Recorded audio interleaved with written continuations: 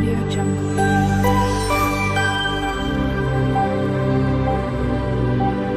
Audio Jungle. Hello everyone, જય શ્રી કૃષ્ણ. મારી ચેનલમાં તમારું સ્વાગત છે. આજે હું સવાર સાંજનો ટેસ્ટી અને હળવો નાસ્તો પાપડ પૌવાની રેસીપી શેર કરવાની છું. આ નાસ્તો કોઈપણ ઝંઝટ વગર એકદમ સરળ રીતે બનાવી શકાય છે અને આ નાસ્તો નાના મોટા સૌને ગમે એવો નાસ્તો છે. આ રીતથી તમારો પાપડ પૌવાનો ચેવડો એકદમ પરફેક્ટ ટેસ્ટ સાથે ઝડપથી બની જશે. ચેનલ પર નવા હોવ તો જરૂરથી ચેનલ સબસ્ક્રાઈબ કરજો, જેથી મારા દરેક વિડીયોનું નોટિફિકેશન તમારા સુધી પહોંચશે.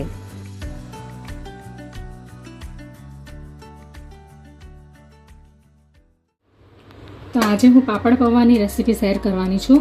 તો એના માટે મેં આ 250 ગ્રામ જેટલા નાયલોન પૌવા લઈ લીધા છે. એટલે આપણે આ નાયલોન પૌવા જે એકદમ પતલા પૌવા આવે છે ને એ લેવાના છે, જાડા પૌવા નથી લેવાના. આ નાયલોન પૌવા છે.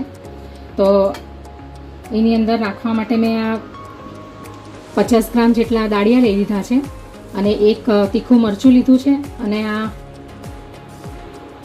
1.5 ચમચી જેટલા સિંગદાણા લઈ લીધા છે અને આ સૂકું નાળિયેર છે જેને મેં હવે લોંગ કટમાં કાપી લીધું છે.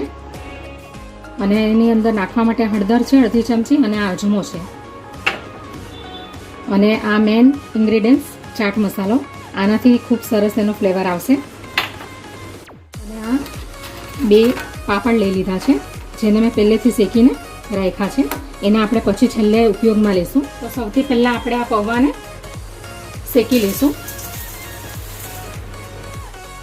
ક્રન્ચી થાય ને ત્યાં સુધી આપણે એને શેકી લેવાના છે વિધાઉટ ઓઇલ. મીડિયમ ફ્લેમ પર જ એને શેકવાના છે.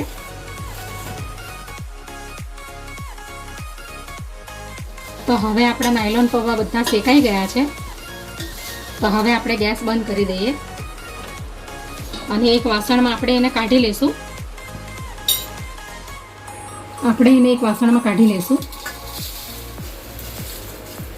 તો હવે કઢાઈ ગેસ ઉપર મૂકી દીધી છે. હવે આપણે ચેવડો બનાવવાનું પ્રોસેસ ચાલુ કરીએ. તો એક મોટા ચમચા જેટલું મેં અંદર તેલ નાખી દીધું છે અને સૌથી પહેલાં આપણે આ અજમો નાખીશું અંદર. આ લીલું મરચું છે એ પણ અંદર નાખી દઈશું. આ મરચાંને પહેલાં જ નાખી દેવાનું એટલે એકદમ સરસ ફ્રાય થઈ જશે અને ક્રન્ચી થઈ જશે.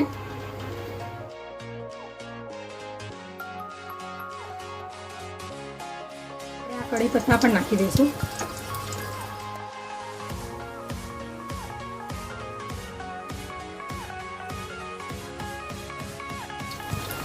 હવે આ કાચા સિંગદાણા નાખી દઈશું અંદર.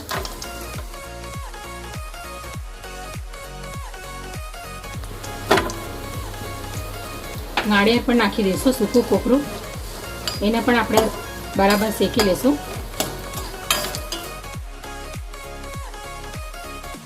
હવે સિંગ અને કોપરું બરાબર સંતળાઈ ગયું છે.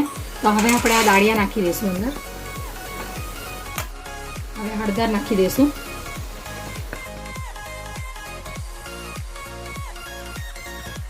આપણે આ પૌવા બધા અંદર નાખી દઈશું.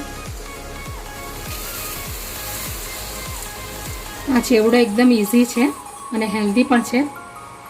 આપણે એને બરાબર મિક્સ કરી લઈશું. ગેસની ફ્લેમ એકદમ ધીમી રહેવા દેવાની અને કઢાઈ જાડા તળિયાવાળી લેવાની એટલે નાયલોન પૌવા ચોંટી ન જાય. સ્વાદ અનુસાર અંદર મીઠું નાખી દઈશું. આપણે આ ચાટ મસાલો છે એ નાખી દઈશું અડધી ચમચી જેટલો.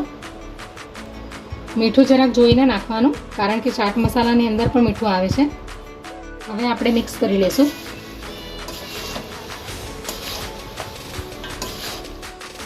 આવી રીતે આપણે બધા ચેવડાને મિક્સ કરી લેવાનું મસાલાની સાથે. 2-3 મિનિટ જ ખાલી કઢાઈ રવા દેવાની ગેસ પર. મિક્સ થઈ જાય એટલે ગેસ બંધ કરી દેવાનો. હવે આપણે ગેસ બંધ કરી દઈશું. હવે લાસ્ટ ઇન્ગ્રેડિયન્ટ્સ અંદર નાખીશું. તો આ જે 2 પાપડ લઈ લીધા છે ને મેં, એને આપણે ભૂકો કરી દઈશું. આવી રીતે એને ભૂકો કરી લઈશું. આપણે આ રીતે આપણે પાપડનો ભૂકો કરી લઈશું આખા ભાગો. એકદમ ઝીણો ઝીણો નથી કરવાનો. હવે આપણે આપણે હવે પૌવાની અંદર નાખી દઈશું. હવે આપણે પાપડ પૌવા તૈયાર થઈ ગયા છે. એકદમ હેલ્ધી અને ટેસ્ટી ચેવડો મિક્સ કરી લેશું. આ ખાવામાં એટલો ટેસ્ટી લાગે છે અને થોડા ઓછા તેલમાં બની જાય છે, એટલે હેલ્ધી પણ છે. તો તૈયાર છે પાપડ પૌવા. હવે આપણે એને પ્લેટમાં કાઢી લઈશું.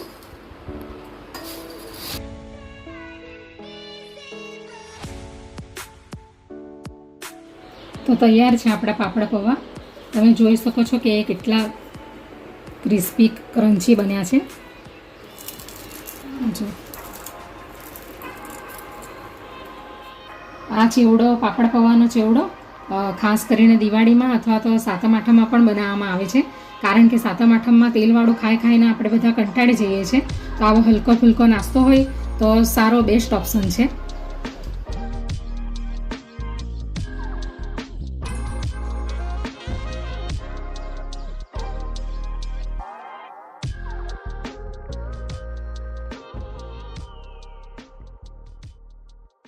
Audio Jungle.